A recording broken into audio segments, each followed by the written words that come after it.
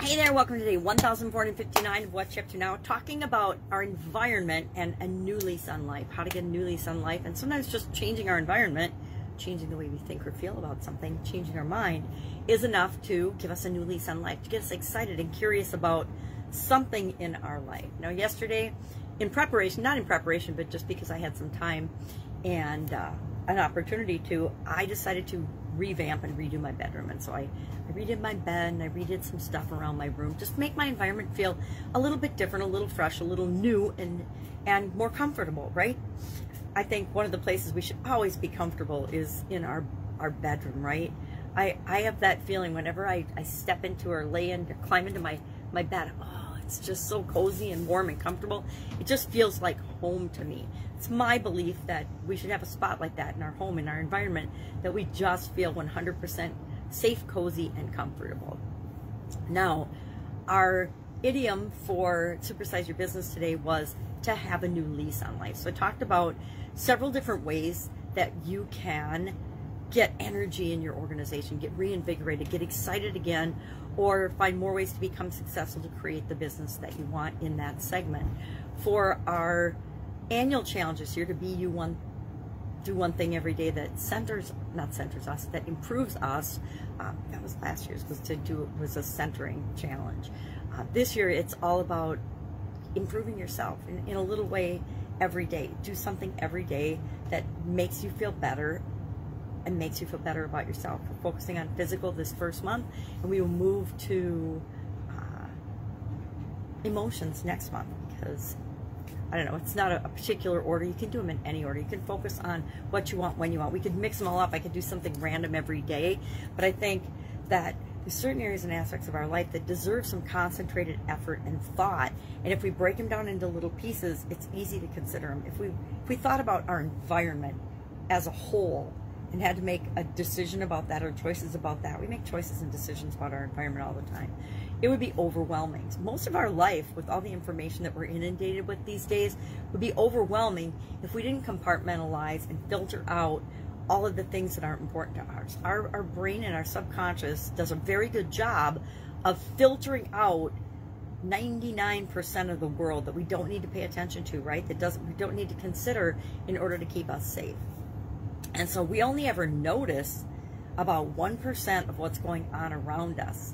And the 1% is different for each and every one of us, right? The 1% of things that I notice is different than the 1% of things that you would notice. And maybe that's not an exact statistic. I don't know. It doesn't matter. The point is, statistics are pretty much made up all the time anyway, right? You can find a number or a statistic to support absolutely anything that you can imagine. You can also find the opposite statistic to negate absolutely anything you can imagine. Why? Because it's all made up. So today, thinking about my environment and continually improving my environment, not just today or yesterday, but as I move forward, doing the little things that make a big difference, right? I like to do something called the Big Domino theory. And I can't remember who talked about this, some marketer, maybe not Chet Holmes. I don't remember who it was, maybe Dan Kennedy, I don't know. But somebody talks about the Big Domino. There's probably a book on it, right? But I remember learning about the Big Domino, and maybe it's Tim Ferriss, actually. Anyway, whoever it is, let's give them credit, knowing it's not my idea, but I did learn a lot from this. Find the one little thing that you can do every day that will positively impact other things, right? So if I exercise every day, that doesn't only impact my health and my physical well-being. It helps me mentally, it helps me emotionally, it helps me spiritually, it helps me physically, it helps me to have better relationships with other people because I'm taking care of myself, etc. So everything we do, that's a big domino, right? Movement and exercise to me is a big domino because it has a positive effect on many, many other areas. So when you knock down that one big domino, it knocks down a whole slew of other dominoes. And so I like to find things like that. Little changes in my life that make a big difference in other areas or all areas and aspects of my life, right? So that's what I'm working on today. I also had an idea about the annual challenge today, and I want to make it maybe evergreen so people could join us whenever they hear about it.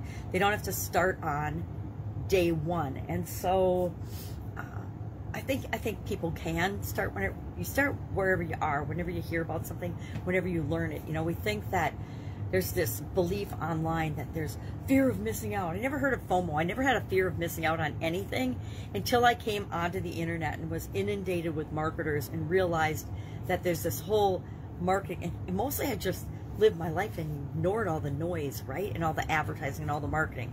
I was busy doing my life, and that stuff just didn't make it into my 1%er filter. But when I came online, I was paying attention to those things, and it just was inundated with that.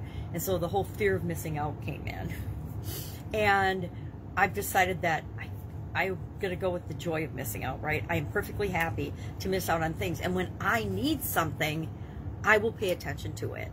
And once I adopted that belief, all the other noise just settled down.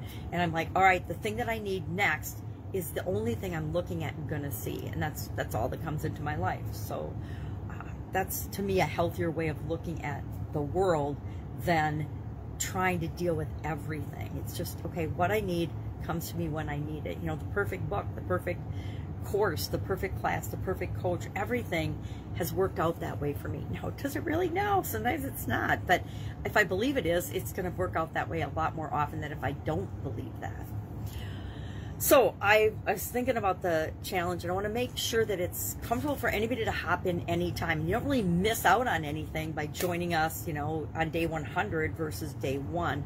But I want to make sure that the content's available, so if they want to continue and go back, they can circle through and get all 365 days, right? So our day 1 was January 1st of this year, but day 100, they could go back and they could listen to day 1 and start there, or they can start on day 100 and day 100 becomes their day 1. So I'm going to set that up as I'm doing the challenge. And I didn't think about it on January 1st, of course, but so I've talked about dates and things, but I will edit and fix and change and tweak and pay attention more to what I'm saying from now on as the day, not the date, because the date doesn't matter, right? It doesn't matter if I learn about my environment on day 27, or if I learn about it and that's my day 1. I start, I'm like, okay, well, I need to pay attention to my environment. Everything is cumulative. Whenever we're doing anything to improve ourselves, it's all cumulative, right? And we find what we need when we need it. I hope that makes sense. All right, so I'm thinking about that. I've got 2 more days of training.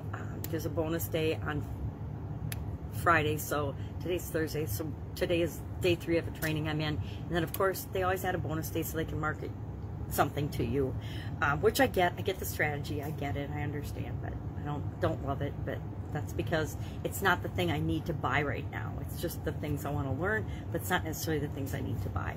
So, and I realized the first day that I have been exposed to this material before. Of course, a lot of times we learn something that we've been exposed to the material before, but it's always a good reminder and a good refresher to say, okay, yeah, I've been exposed to this before, but did I actually take action on it and do it? And I would say half-assed in the past because it wasn't what I needed. So now I'm actually taking action on a couple of the things from the training, which is, I guess, what we should expect. We should expect that there's one nugget we can take out of anything we're exposed to, anything we learn. And I like to say, if I'm going to invest my time into listening to something, I want to get at least one piece of information out of it that I can use and take action on or apply right now. If I don't, then I wasted my time. If I listen to an hour-long webinar and I don't get anything new, if I don't learn how can I apply what they did in their webinar to my webinar, if I don't learn one new piece of information that I can apply to my business to change or make it better, or to my life, then I've wasted that hour, right? That's how I look at it. So everything I invest my time and energy in, whether it's reading a book or a course or a webinar, I make sure that I learn something I can apply from that. Or I learned the lesson that I didn't learn anything and I wasted my time, so I should stop watching other people's webinars, etc. All right, if I can help you in any way, ask. Otherwise, I'll be with you tomorrow. Bye. Have an awesome day.